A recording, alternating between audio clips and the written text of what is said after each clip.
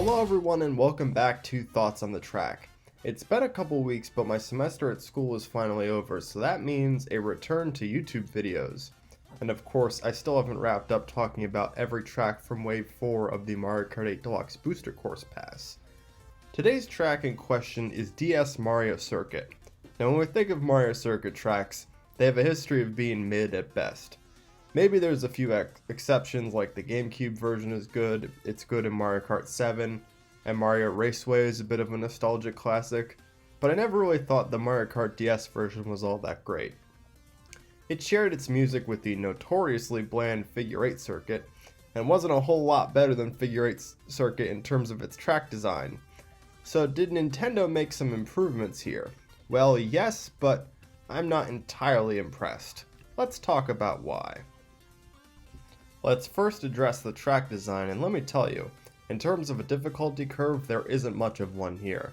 I get that it's a circuit track, but just about the only thing I was messing up was doing the mushroom shortcut by the piranha plant a bit too soon.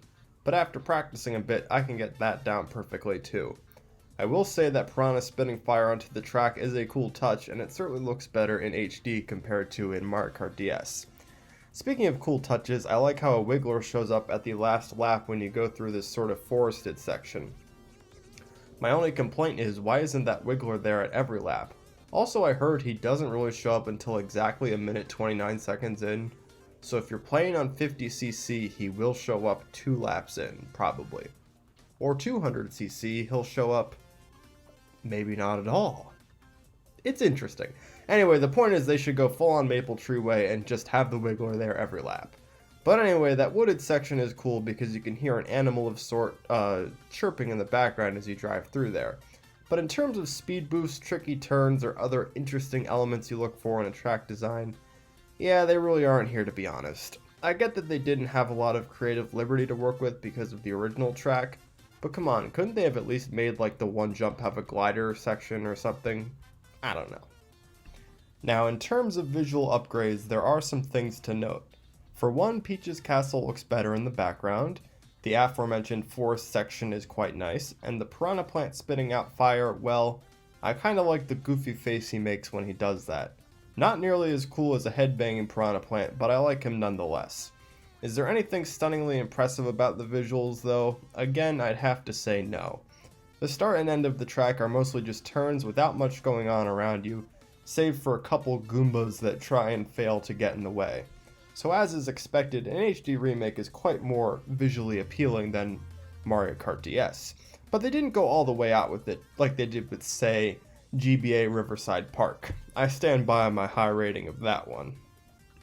The music I have weirdly mixed feelings about. Like, I understand that the remake is more polished, and I probably should just straight up like it better. But I don't know, there's something wonderful about the old DS sound font where the bass just sounds so great in that version. I know I said the original was bland, but I was referring much more to the track design than the music. And the original funky bass is decidedly missing in the remake, or simply not as prominent. So yeah, I feel like the live orchestration could have added more of a prominent bass part as a true homage to the DS era. I will say the main melody is a clear upgrade. But overall, because this isn't a big upgrade over the original, and perhaps even a downgrade depending on how much you value the funky bass, I must once again say that I am whelmed. So for my overall grade on this track, look away because it's the mark of the beast. 6 for track design, 6 for artwork, and 6 for music. 6, 6, 6. All for a grade of, you guessed it, 6 out of 10. Folks, Mario is the main character of the series. He's the hero, no matter how many videos Nico BBQ made saying that he's actually evil. And yet, no wonder why people don't actually pick Mario in Mario Kart, because his tracks are lame. I mean, yes, there were upgrades here to the visuals here and there. I liked the Piranha Plant Fireball section, the forest was pretty neat, the music was more polished and all that. But honestly, I feel like I'm being pretty generous with this 6 out of 10 grade. All I can say to Nintendo is this campaign on behalf of our beloved Italian plumber. Hashtag make Mario not mid. Because we're gonna get to GCN Waluigi Pinball in the next video, and I can tell you without any hint of bias, Waluigi is anything but mid. So what are your thoughts on DS Mario Circuit? Is there a beauty to this track that I am not noticing? Or perhaps your critiques are even harsher than mine? In any case, let me know in the comments below. Can't promise another video this weekend, but I'll be back soon enough with more thoughts on the track next week, and you know I'm already excited for what's next. Bye bye.